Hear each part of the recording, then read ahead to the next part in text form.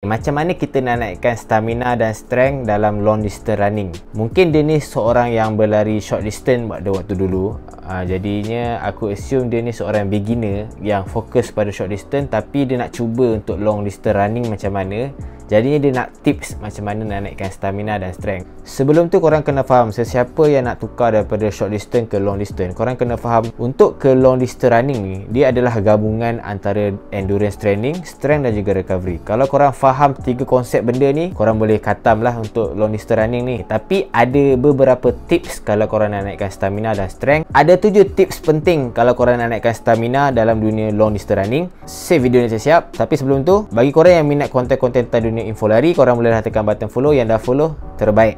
Nombor 1, korang kena naikkan mileage mingguan korang secara bertahap. Jangan naikkan secara melulu, kurang daripada 10% setiap minggu. Kalau setiap bulan tu, korang kena plan korang punya weekly mileage tu jangan lebih daripada 10% lah. Bertahap, biar perlahan-lahan setiap minggu supaya korang tak cedera. Nombor 2 ni, korang kena ada structure training plan yang betul. Korang kena include korang punya base training. Biarlah korang buat dalam 3 ke 4 minggu fokus untuk easy run dalam base training. Kedua, korang kena ada interval training lah. Bila korang dah ok dengan base training, korang masukkan interval training dalam korang punya program. Seminggu sekali pun ok. Nombor 3 ni, korang mesti kena buat strength training. Tak kisahlah apa jenis strength pun, yang fokus kepada lower body korang seperti hamstring, quads, korang punya calf dan sebagainya. Nombor 4 ni adalah nutrition dan hydration. Korang kena fokuskan korang punya apa korang makan, balance diet apa yang korang buat. Kalau korang amalkan cara pemakanan yang baik dari segi makanan dan minuman, korang punya stamina pun akan meningkat baik. Nombor 5 adalah recovery. Recovery ni korang kena fokus kepada korang punya tidur dan juga rest day korang setiap minggu. Pastikan korang ada 1 atau 2 kali rest day dalam setiap minggu korang punya dalam program training. Tidur pun penting sebabnya apa kita punya recover badan,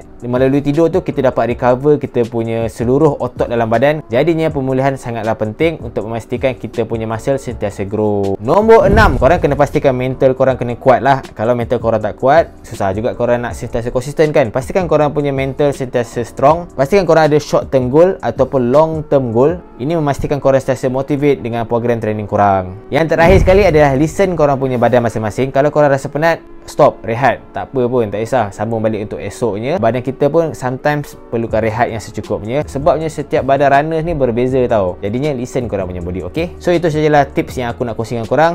Kalau korang tak faham, korang boleh tinggalkan di ruang komen. Jumpa lagi next video. Bye bye.